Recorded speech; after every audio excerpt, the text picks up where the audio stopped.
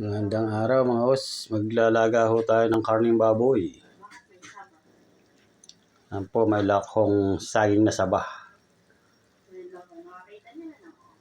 Yan po ang sitaw, papaya, saka pichay,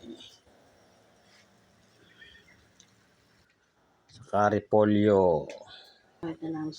Yan nga masarap sa nilaga, maraming gulay. May saging. Sinauna yan ng unang panahon ng nanay, ganyan maglaga talaga, may saba. Puro gulay po tayo. Pichay. Ilagang gulay. Repolyo. May pizza na, may repolyo pa.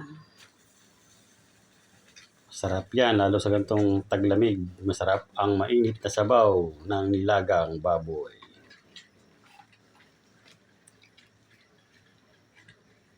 Lalambutin lang ang gulay at luto na yan.